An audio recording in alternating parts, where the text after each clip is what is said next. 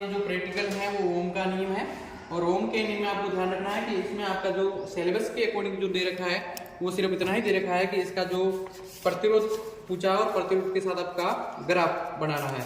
तो इसमें आपको ज्यादा नहीं करना है। देखो प्रैक्टिकल में सिर्फ विभवांतर व धारा में ग्राफ खींच के एक दिए गए तार का प्रतिरोध तथा प्रतिरोधकता ज्ञात करना सिलेबस में नहीं है, तो सिर्फ प्रतिरोध ज्ञात करना है और ग्राफ बनाना। तो इसमें इसका सर्किट में बना देता हूँ आपको। सर्किट कैसे होगा, देखो हमारे पास ये सर्किट में अमीटर यूज करना है और दूसरा हमारे पास वोल्ट मीटर यूज करना है और एक हमारे पास ये सेल है, 1.5 वोल्ट का सेल लगाया है। इसका एक रिंग टर्मिनल है और रिंग टर्मिनल को मैंने कुंजी से कनेक्ट कर दिया है और कुंजी के बाद मैंने यहाँ पे धारा नियंत्रक लगा दिया है मैंने, और धारा नियंत्रक के बाद मैंने अमीटर को जोड़ दिया गया है। ये देखो अमीटर जोड़ा है मैंने।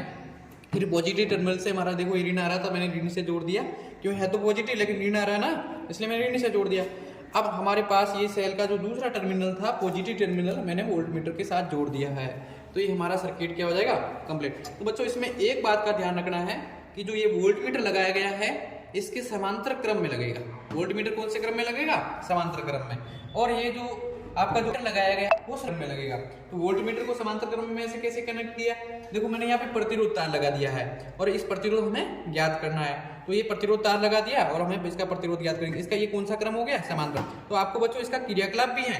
क्रिया में क्या करेगा आपका, जैसे ये वायर वोल्ट मीटर का है ना, वो अमीटर के साथ जोड़ देगा। तो अमीटर के साथ जोड़ देगा तो ये आपका सर्किट क्या हो जाएगा, गलत हो जाएगा।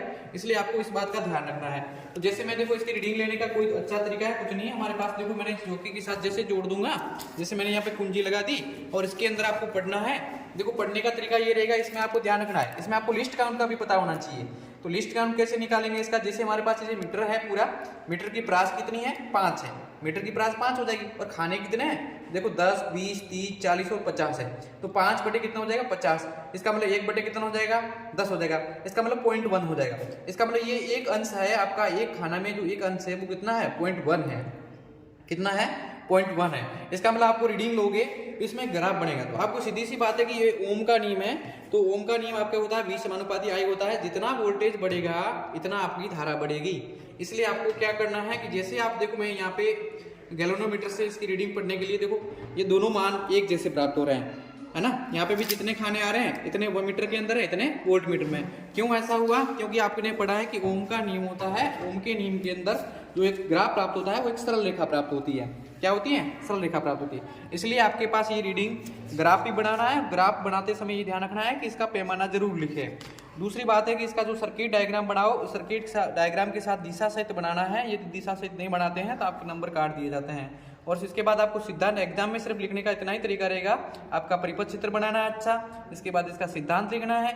सिद्धांत के बाद सिर्फ आपको प्रेक्षण लिखने हैं। प्रेक्षण के अंदर जैसे आपने तार की लंबाई क्या है, वोल्ट मीटर का अल्पतमांक क्या है, अमीटर का अल्पतमांक क्या है। जैसे अमीटर और वोल्ट मीटर देखो हमारे पास एक जैसी है, इसमें भी 5 है और इसमें भी प्रास कितनी है, 5 है। इसका मतलब दोनों का लिस्ट काउंट कितना आएगा, दोनों का सेम ही आएगा।